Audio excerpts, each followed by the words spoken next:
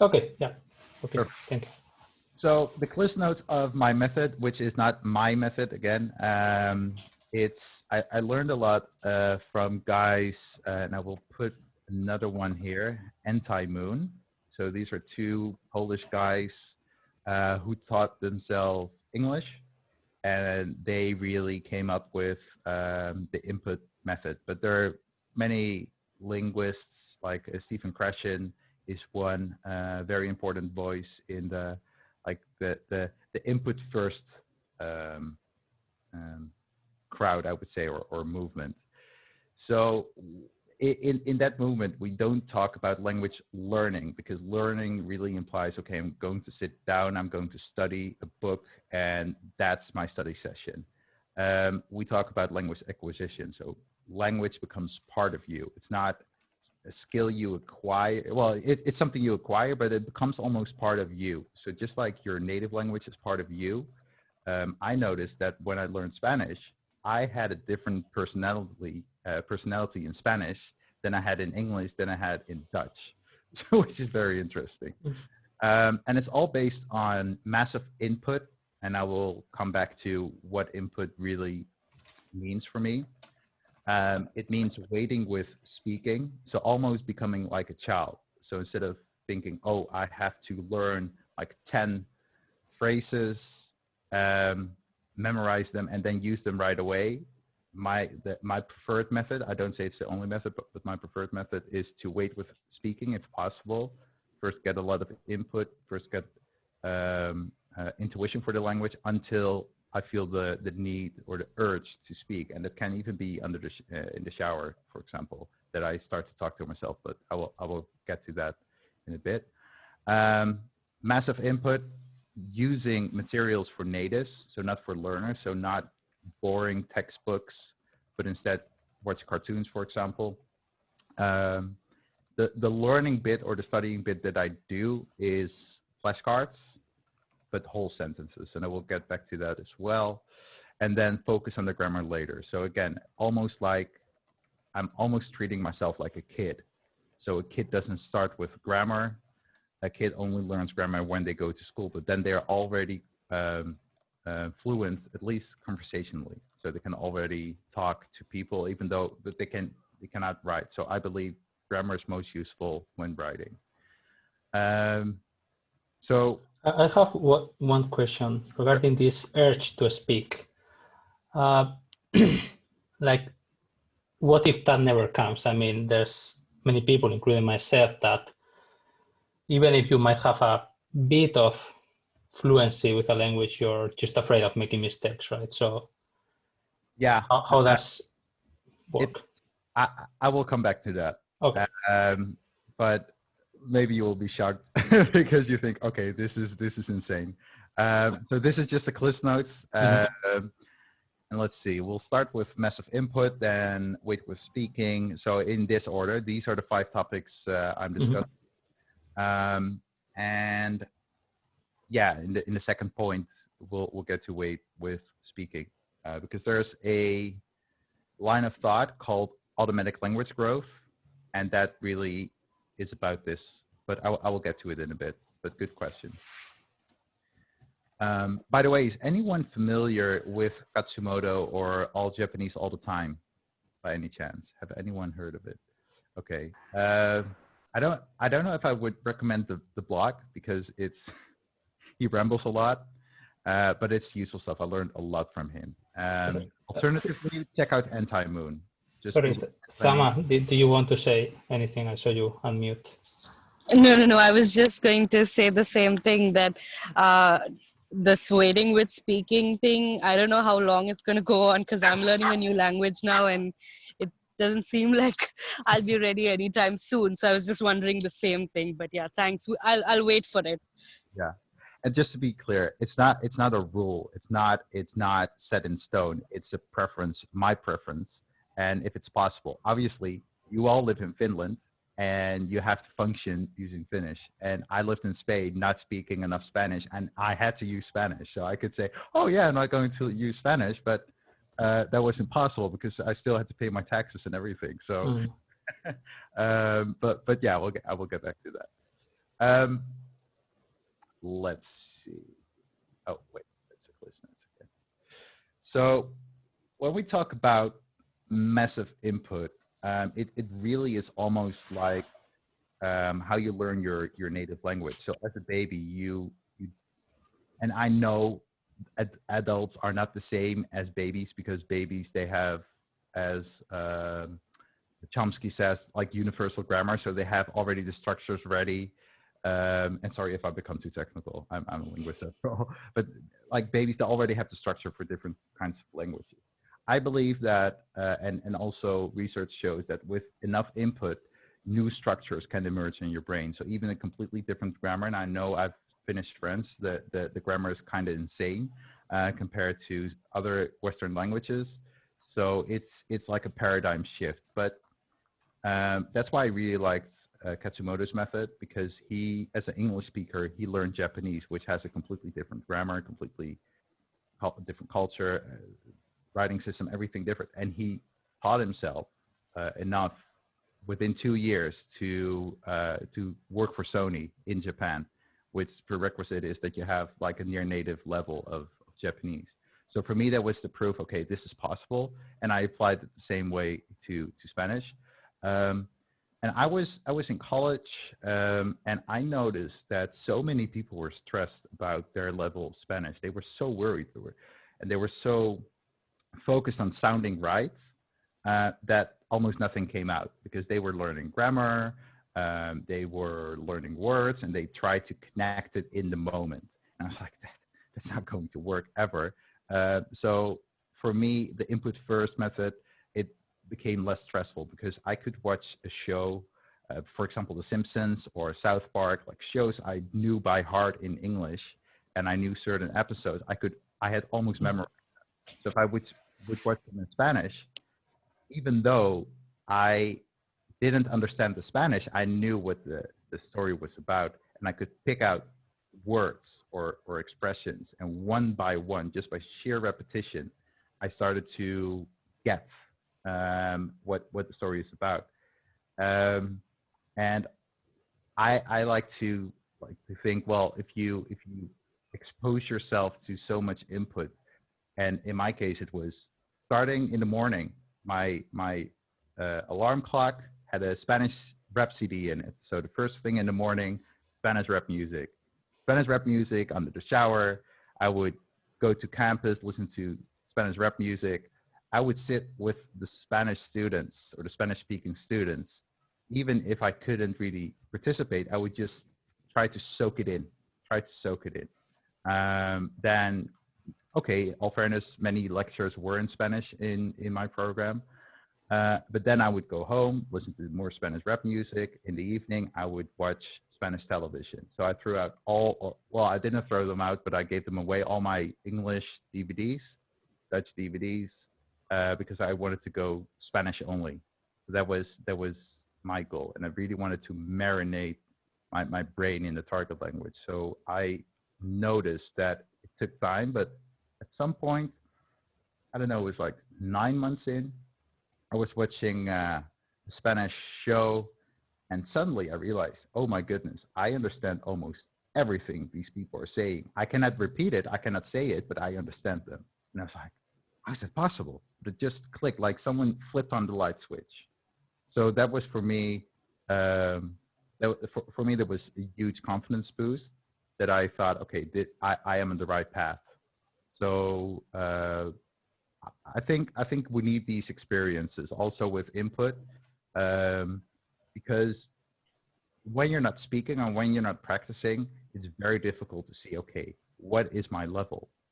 So that's why I really like the massive input method, because it's, well, relatively stress-free. Yeah. Anupan, you wanted to speak, right? Yeah, actually, I got my answer when he mentioned within 9 months he got the understanding. I was curious because it felt like you went all in the way of kind of embracing the whole environment to be a language inducive. Yes, I call it a home immersion. So I didn't have the money to live in Spain. I was still a student, and I was enrolled in a Dutch linguistics program. Mhm. So I did home immersion. But I think I average maybe 3-4 hours of input each day, maybe a little bit more some days. But really make it as fun as possible. And from there,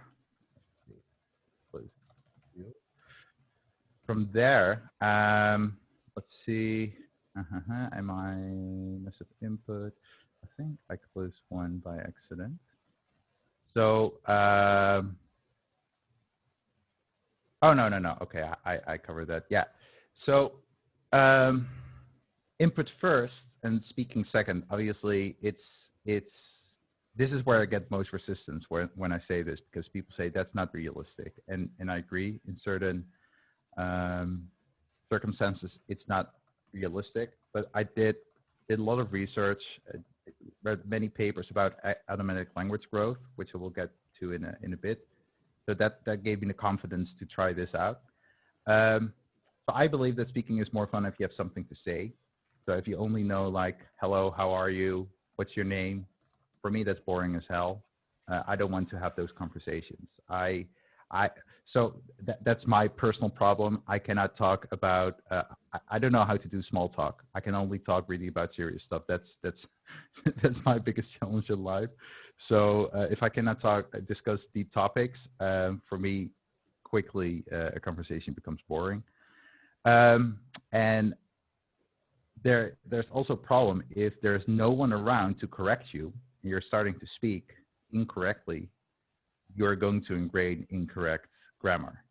So I believe if you have like a language buddy or a language exchange partner who is going to correct you, and I was lucky enough to have a few who spoke either Spanish fluently or were native Spanish speakers, but there were also linguists or teachers, and they knew the importance of correction. So for me, I could start a little bit earlier than the 700 hours I've mentioned here. But if you don't have that luxury, I would try to minimize it. But again, this is my opinion. I know there are many schools of thought, but this is what worked for me. And what started to happen after a certain time is that I started to feel the urge to speak. So I would start talking to myself. I would, especially as I was listening to a lot of rap music, I would memorize the lyrics and I would just rap for myself. Also to get used to like the way, like how you have where you have to have your tongue, for example. So I couldn't roll my R's like I couldn't do that in Spanish. So I have more in Dutch. It's more like the French R, like so I would say dog in Spanish. I would say perro, which sounds horrible. It's perro. So I had to train my tongue just like tongue twisters, or even with songs. I had to condition myself. But once I had that down, I felt motivated to just speak to myself, just to practice a little bit. And I was speaking sentences to myself that make me chuckle, that just make me laugh. So I would even add jokes to flashcards and memorize jokes in Spanish so I could tell them to Spanish friends. But then I knew, okay, these bits are correct and I can memorize them. So yeah. And in my case, I already started to speak Spanish to myself after like 3 months. So the 9-month click that came, that I had a feeling, okay, I understand a lot.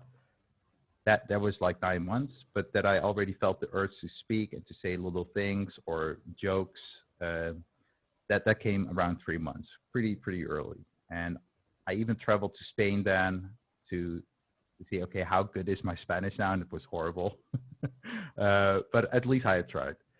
And so where I got this idea from, it's called automatic language growth. And I forgot his whole name, but it's Dr. Brown. He doesn't live anymore, but he had a language school in Thailand, and he was helping people like foreigners, expats, learn Thai. But his method is there are two teachers in the classroom and they speak to each other.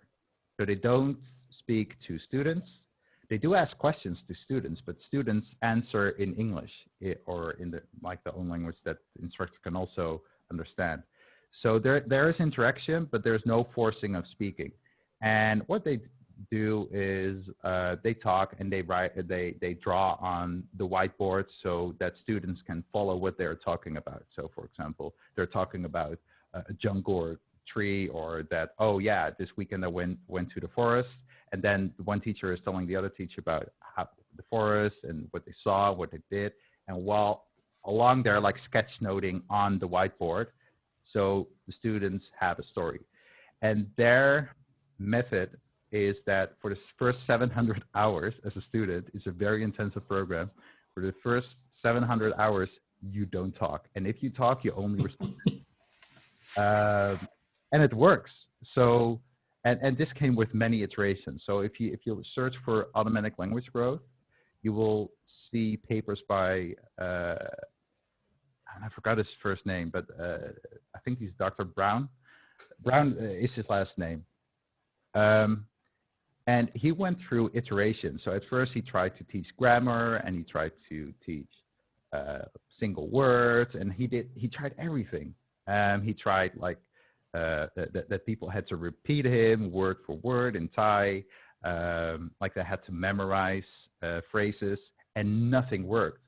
But the massive input method that it's comprehensive input. That is the key. So you cannot just throw something at someone and hope something sticks. No, it has to be accessible.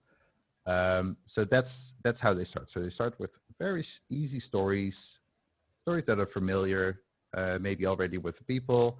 They use the drawings, they use the interaction. So that's how they make it accessible and comprehensive input. So you're not bored while you're listening to those teachers. You're actually engaged because you think, oh, wait, I heard this word before. What does it mean again? And I experienced the same thing while I was watching The Simpsons, because I saw what was happening on the screen. I knew in English what the story was more or less about. Some episodes I had memorized almost, and I could follow along. So it was still fun. I could watch for like 2-3 hours at night cartoons and still feel joy. I wasn't bored. So that's... Let me add one thing that I think this is quite interesting, because I've had both methods, like more the traditional one where you start and just get yourself to learn, which when I was living in Estonia, that was the method, right? So they will basically teach you in English the words, and so classes were in English. But then when I came to Finland, I started with a Finnish course at the first level. And from the first day, the teacher only spoke Finnish, which I think it was much better, I think, because then you get used to the language, the words, and kind of forces you also to kind of try to speak. You feel like I need to speak also. Yeah. Finnish. So that was, I think that's, for me at least, it's been better way than the traditional. Yes. For me also, another thing that I relate to is the rap music, because when I started learning Finnish to the textbook method, I was just like, oh my God, this is so weird. And then I started listening to music. I started asking people, what's your favorite song? And I started listening to music, and I can sing really well in Finnish. I can't speak yet, but I can sing. And I didn't even realize this. I was like put on the spot one day and at a karaoke bar, and it just came out, and people were like looking at me. You can sing, but you can't speak. Okay, that's just that's just weird. but I so understand. I mean, I so relate to that. I think I was doing the right thing then. Massive input it is. Yes, and it's funny, isn't it, that for example singers, like many people nowadays, they sing in English, but then like it sounds great how they sing, and then there's an interview and you're like, this sings in English, they can barely sing in English, how is this possible? But I think it also has to do with like the ear, because obviously and especially I think with rap music, like every language has its own intonation, has its own rhythm, which comes, you know, it comes out a little bit better in rap music, I think, because it's made to rhyme. And I think every language also does rhyming a little bit differently. So you can train your music. And there are actually methods nowadays that, I can't remember what the name is, but just right when I left education, there was this search in a new method, and it was about rap music, and you had to sing along. So it was really about, okay, learning a language by singing along. Yeah, for me, it worked great, and it's a lot of fun, actually. If you like rap music, I don't want to talk to you. For the choice of materials, so Semi, like you said, yeah, materials for learners tend to be either weird, like unnatural, so that you think, okay, maybe someone in the 50s, 1950s talked like this, but not in 2020, or they're boring because they're like fill-in exercises. So I prefer to use materials made for natives, and I always start as simple as possible. So I've attempted several languages, also German. I've dabbled with Russian a lot. But I always start simple with kids programs. So for example, Dora the Explorer is genius. I don't know, is Dora the Explorer, does it exist also in Finland? Not sure. So a really good friend of mine, he taught himself French, and he started with Dora the Explorer. And what he did wasn't to take the English, or he didn't take the version for English-speaking kids to learn French because that exists. No, he took the French version for kids to learn, French kids to learn English. And why was that? Because there's more French spoken in that version than the English version for kids to learn French. So again, it's the massive input idea that you want to expose yourself to start with simple input.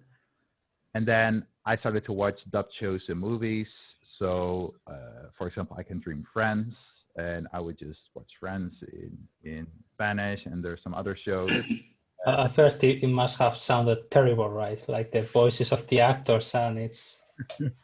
Yes, it sounded terrible, but you know, the curious thing that happened, I discovered Lost, so the series Lost. Mm-hmm.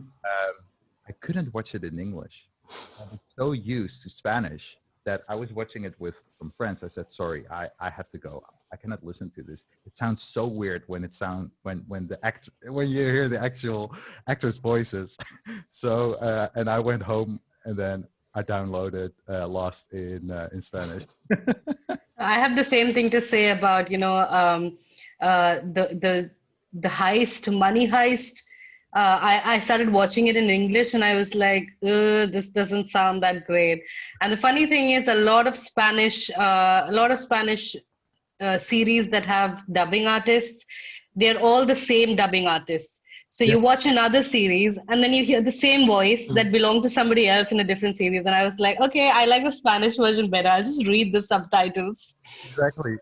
And I think in some countries where dubbing is big, so like also Poland and other countries, sometimes the voices, the people with the dubbing actors are more famous than the actual actors. Yeah, it felt very comforting. Like you said, it's like the same group of people that do like all shows, and you're like, oh yeah, I recognize this. It's almost hearing your mother's voice. You're like, oh yeah. So yeah, so that is my advice. If you start with massive input, start with something familiar. And there's a linguist called Stephen Krashen, and he came up with the input hypothesis. And he says it has to be n+1. So it has to be, if the difficulty of your input should be, you should know everything except for maybe one thing, which is pretty difficult when you watch television. And I hope, yeah, good. This is a great transition. So, but you can do this with flashcards. So what I did was I would mine, so I call it mining. So like I'm a mine worker. TV shows or even my college textbooks or yeah, whatever, internet memes, I would mine them and I would put them in Anki. But I would, like, if it wasn't from a reliable source like a dictionary or a textbook or maybe a TV show, I would have friends check it. So is this correct language? And sometimes it was like some slang crept in. So for example, in Spanish you say quiero, or you write quiero with Q-U-I, but many people when they text they say like quiero with a K. So I had a few cards with quiero with a K, and then I started to write it wrong, and my friends were like, "Oh, you know SMS language in Spanish," and I was like, so don't do that if you want to learn it correctly. And then I didn't do, so I didn't do single word items. And why not? Because I don't want to divorce the words from the grammar. I don't want to have to assemble words and grammar as I'm talking, which is a waste of time. I want to grow my intuition for the grammar. So what Katsumoto says, he says you have to do 10,000 hours of input and you have to do 10,000 cards. And well, I never got to 10,000 cards. I think I reached fluency when my Anki deck was around 4,000 cards, and they were just stuff I collected. I would add like 20, 30 cards every day. And sometimes I would... Could you maybe explain what is Anki? Maybe not everybody's familiar. Yeah, so Anki, it's a flashcard program. So if you, well, I don't have flashcards. I normally have a stack with flashcards. Yeah. So I started with this, just index cards, and a lighter system, as they call it. So you have like a big card, a box with index cards, and you take out a card from a section, and you see on one side, you see a question. For example, so in my case, it would be on the front side, it would be the Spanish sentence, not the Dutch or English sentence, the Spanish sentence. So again, input. Then for myself, I would say, okay, this sentence means, and then I would turn the card. If I had it correct, it would move on to the next part of the box. Very manual, very labor intensive. So I started to use Anki, and Anki has a algorithm. So you score yourself, and let's see. I can, oh, now I lose. 1 second. I just want to show a screenshot of Anki for those not familiar with it. Yeah, okay. Now I think I installed it some time ago, but you need to basically make the whole setup and prepare yourself, right? So you need to create kind of your cards. You have to create all your cards, and I believe that's the best way. So nowadays there are like websites where you can, and even within Anki, it has a functionality where you can download decks. So they call them deck cards. But what helped me was all my sentences were very personal, and because they were personal, they are easier to remember. Because if you're emotionally involved or emotionally attached to a word or a sentence, and it could be could be a line from a poem that you like, or even a funny phrase or a word. So I really like to learn slang, because Spanish slang, it just cracked me up. So I was always laughing while doing my repetitions in Anki. I was like, oh my goodness, that they really use this word. Like freaky, stuff like that. I was like, freaky, which means freak. But just the way they write it and how they say it, so it would crack me up. But so this is Anki. You have the front of the card. So in this case, Friday, when you first see the card, Friday, it's hidden. You see this, the front, you think for yourself, what is it? And then you click show answer, and then you get these questions. So again, good or easy. And as as you do those choices, the algorithm updates. So for example, I click good and I see it again in 10 minutes. So I see it within the same session, I see it again, but there are like 10 cards in between. And then when I click good again, then it becomes like 3 days. So the next time I see it and I click good, it's 3 days. So this is called spaced repetition. And the idea is, and there was this learning psychologist, Ebbinghauser, and he discovered you can learn almost anything, even nonsense, as long as you space it out in time. So just before you forget something, if you see it again,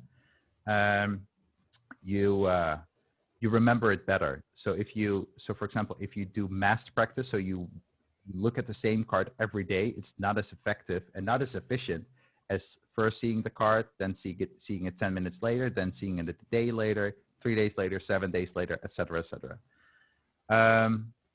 So some people also use it for coding, right? To learn coding and functions and stuff. That's how I used it. So I learned, so I started with syntax to just use flashcards for syntax, just how, how to write the code. But then in programming, you also have different paradigms, so ways of thinking, like you have to, like procedural thinking. So that's where the generation effect comes in with Anki. So on the front of the card, you get a question, and then you have to retrieve it for yourself out of memory. Mm. So psychological research shows that if you try to remember something, and then you see the answer, it's better than just seeing the answer. So like when you reread something for an exam, is not as effective if you go through the text and you have like questions written in the margin. You think before you read the text, you try to answer the question and then you read the text. It's way better to do it that way if you first try to answer the question. Do you use any mental landmarks to kind of recall certain elements?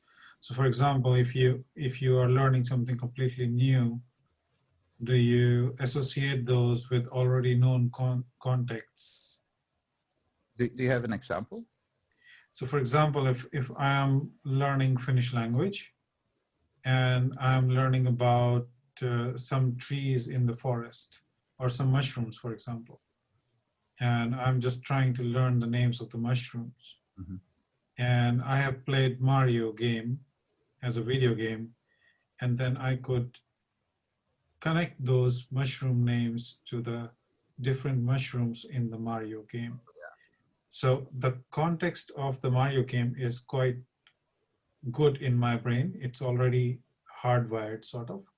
And the new concept just sticks to the existing framework. So it becomes a lot more easier to recall. Yes, that absolutely works because I don't know if you've ever heard of memory palaces. So for example, memory champion, and they memorize a deck of cards by walking in memory through their home, which is familiar for them. And then in memory, they see, okay, this card goes on my key table next to the front door. And then this card goes next to the where I put my jacket. So yeah, it works. But they call it mnemonic devices. So it's almost tricking your brain.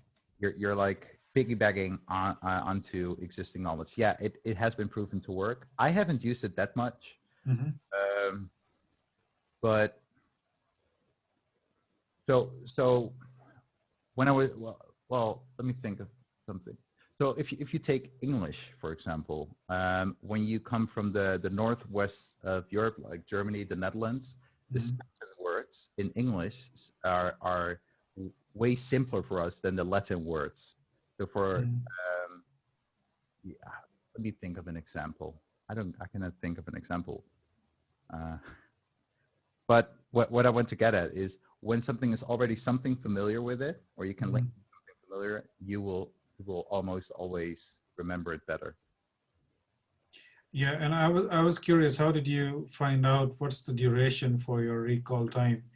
Like when you mentioned that it's good to do a recall exercise just before you're about to forget. Yeah, that's what Anki does for me.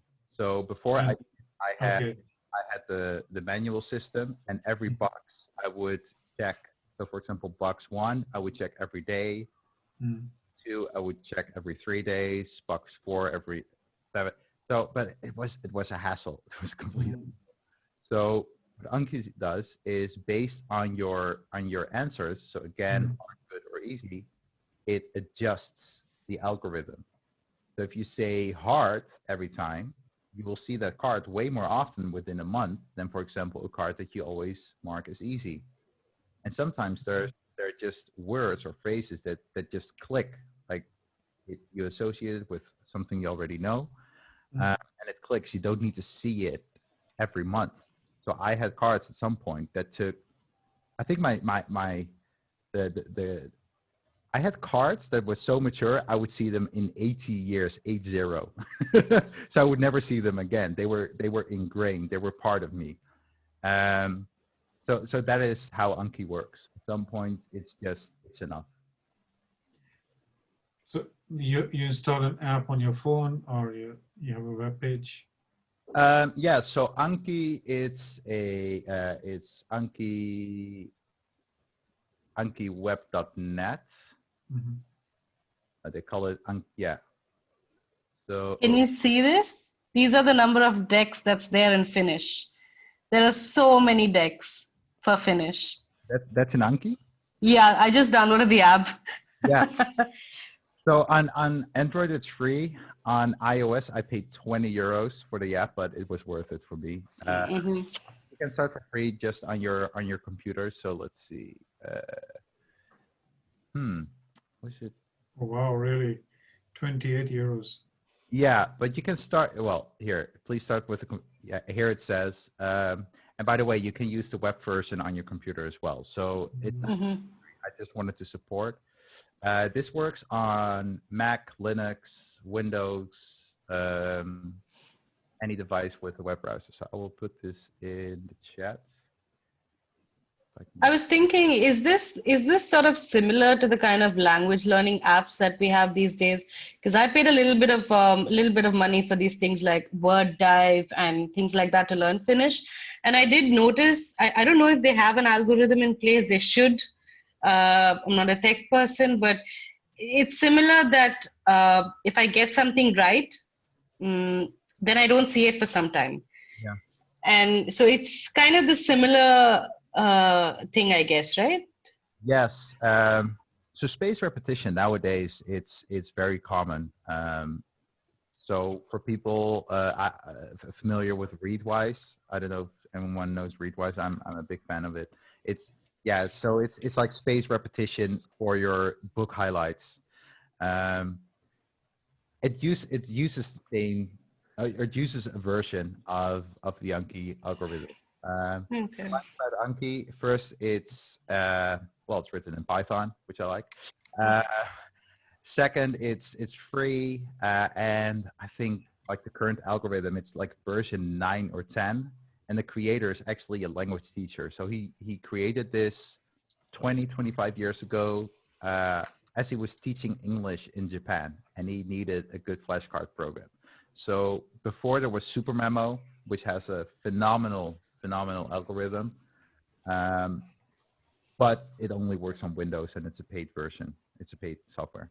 So I always recommend, especially for language learning, Anki. And you can download decks, but I urge people always to create their own decks whenever possible. Or if you use a deck, only take the stuff that resonates with you. Don't keep stuff that you think, why should I learn this? Because it will not stick probably. Even with hundreds of repetitions, you will keep pressing again and again and again, and the algorithm will reset because it will not stick. That's something I really realized. Yeah, and why else flashcards? So I already touched on slang. I really liked to learn slang. So my goal was to live in Spain, and I lived in Spain for over 4 years, and just knowing slang was so good, because in the beginning I was living there, and some of my friends, they were like, oh yeah, we can talk. we use a little bit of slang. We can talk about stuff that Ramses doesn't understand, and then I would join the conversation. They're like, okay, we have to look out, which is just fun, and it's such a motivator if you can get along with natives and they don't really have to adjust to you or really use simple language. And what else? Yeah. So in my case, it was also, I wanted to learn Castilian English, so Spanish, so the Spanish from Spain.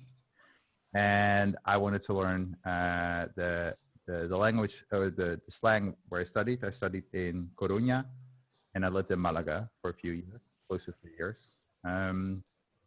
So yeah, those were my use cases for flashcards.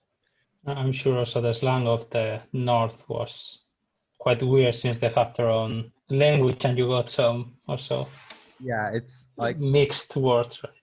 Yeah, so in the North, it's like a mix with Gallego, so Galician, and Portuguese, even a little bit sometimes. Whereas in the south of Spain, it's very Spanish. It's very compressed. Very efficient, fast Spanish. Yeah, it's crazy. Even for me, sometimes it's challenging if somebody speaks too fast with another person from there. I'm like, what? Yeah, they swallow a lot. Oh yeah, and also what Anki also has, you can add audio cards, which also is really good. So you can just drag an MP3 file to a flash card and it will start playing.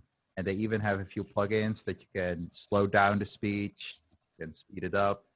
So there's so many cool tools you can use within Anki to support your language learning. So let's see.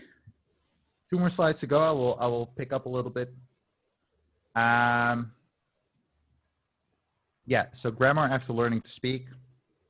In my opinion and my experience, memorizing grammar rules is useless for speaking, not writing, speaking. You cannot assemble words and grammar as you speak.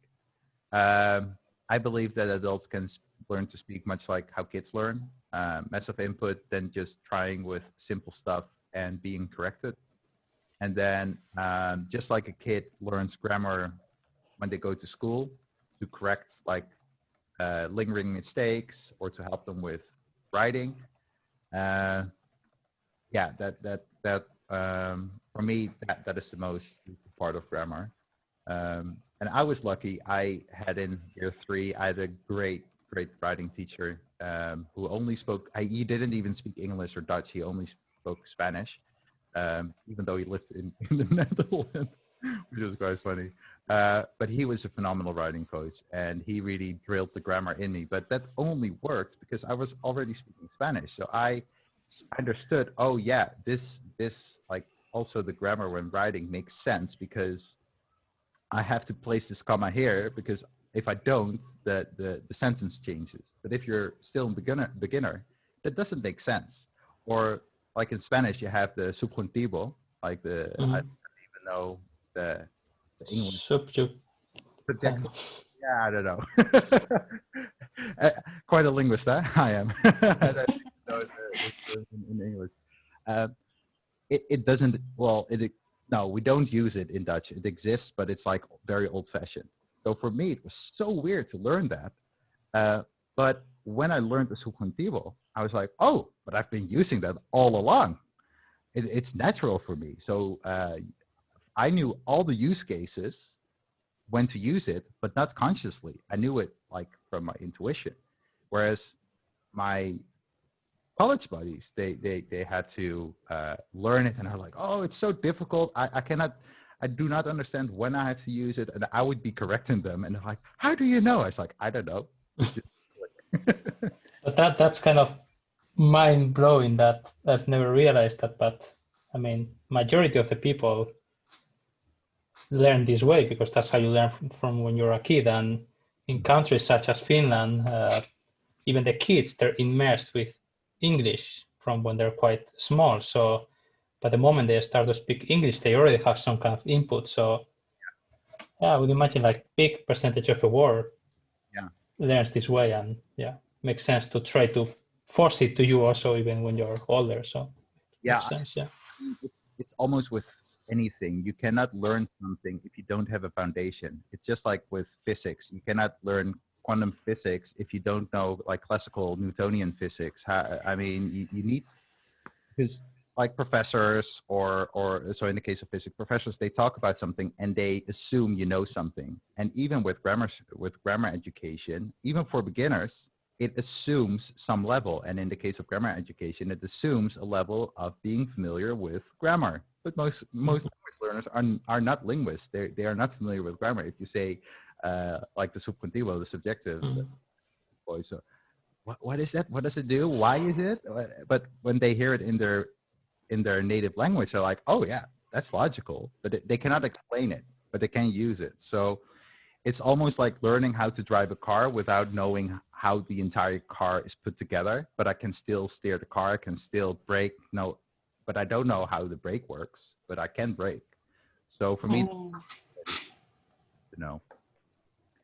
I feel like the foundation, that's something that I got wrong. I mean, to me, it seemed like the grammar was the foundation in the beginning. Like without the grammar, how am I going to speak or how am I going to do anything? But now after hearing you speak, I think that was completely wrong, and the words or the intuition would have been the foundation instead. I would say the foundation are chunks. So it could be phrases or entire sentences. Okay.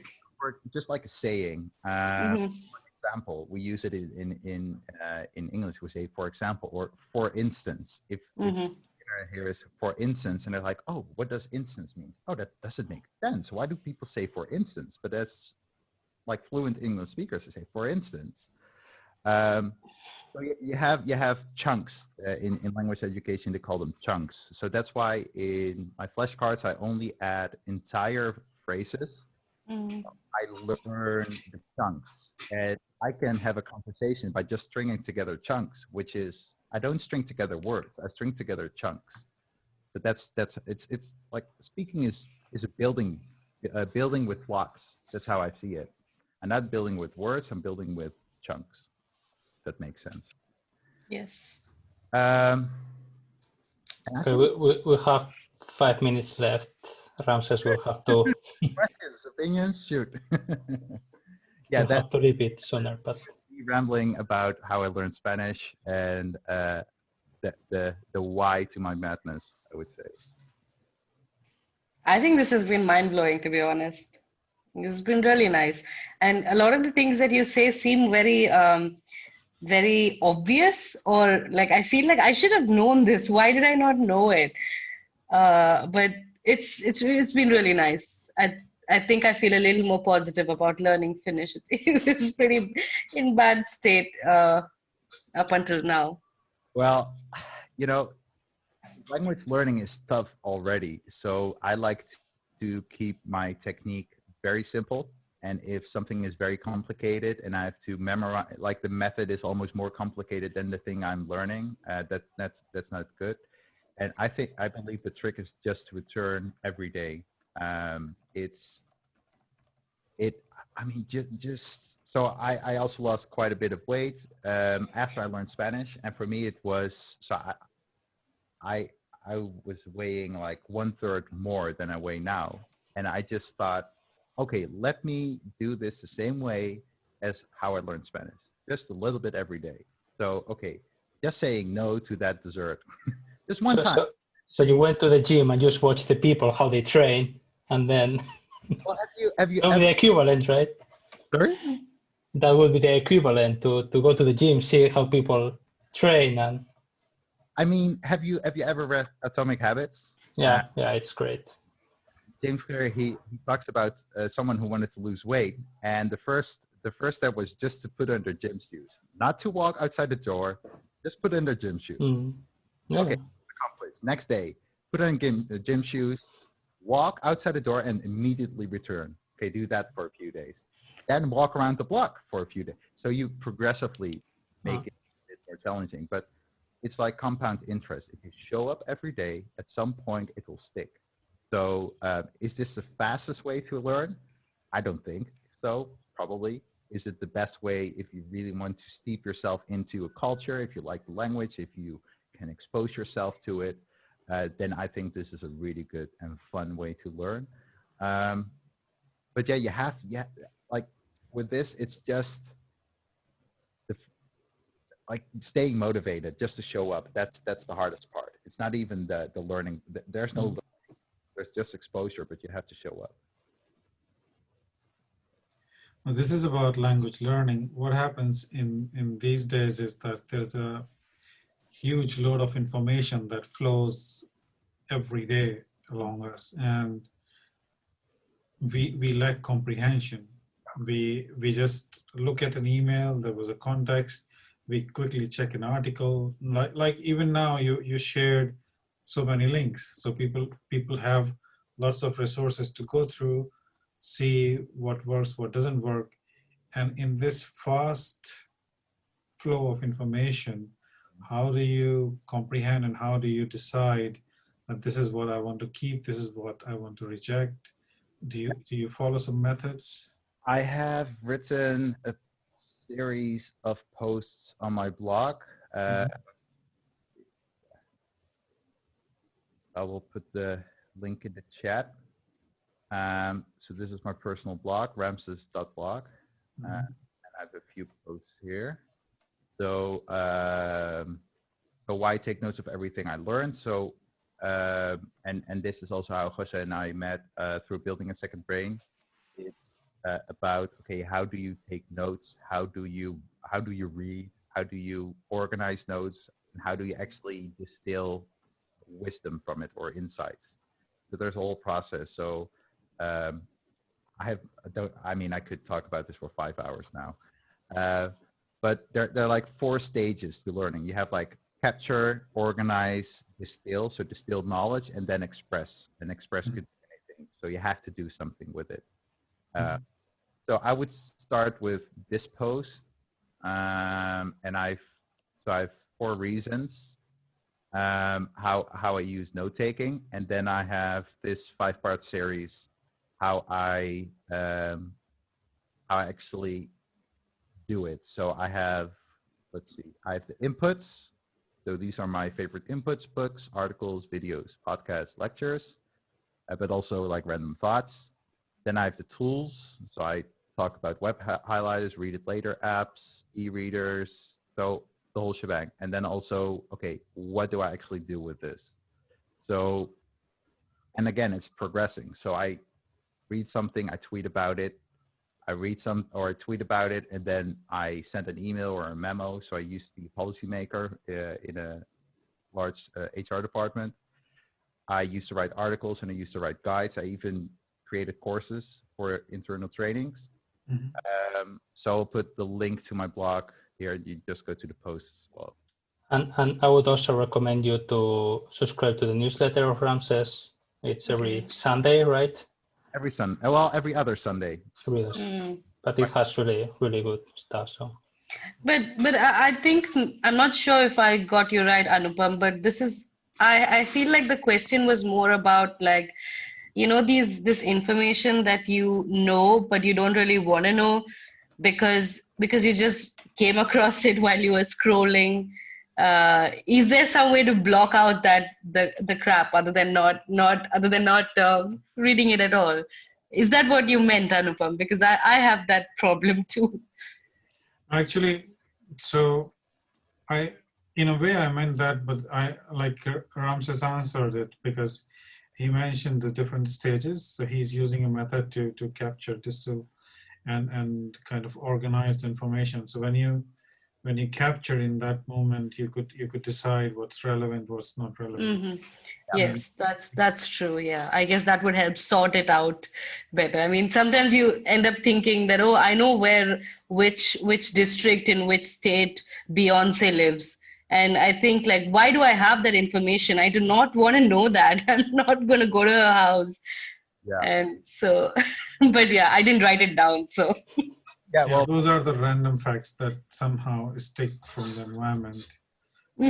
However, like what I was talking about is the contextual information that is overloaded. So even now, like we had 1 hour of discussion, now we have a blog, we have Anki, we have so many things to look into to be able to. But do we take the time from our, because most of us would have something else to do just after this meeting. So Yes. would we take that time to know what's relevant for us, and would we follow through and take advantage of knowledge? I think they're the power of the inboxes. It's really important. Have a place where you put the stuff for a later stage.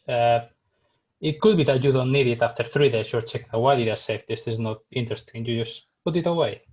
But have a place where you put all the stuff. Yeah, absolutely. I mean, well, I love processes because that's the only way I think. Otherwise, I'm too chaotic in my head, or systems. So yeah, this works for me. And obviously, you first get exposed to a lot of crap, and that's why I highlight stuff. And then I'm ruthless with my highlights. So sometimes I see a highlight. Well, often I see a highlight. Like, why? What was I thinking? Why did I save this? So delete. That's fine. I mean, only save what resonates with you. And there are no rules. Just save what resonates with you.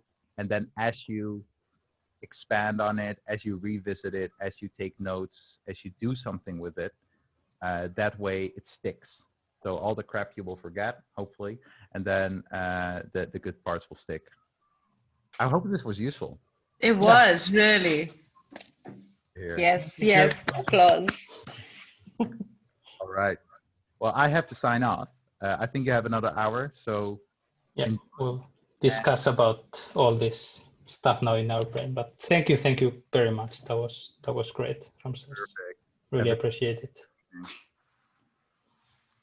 Bye. Yes, thank you. Bye.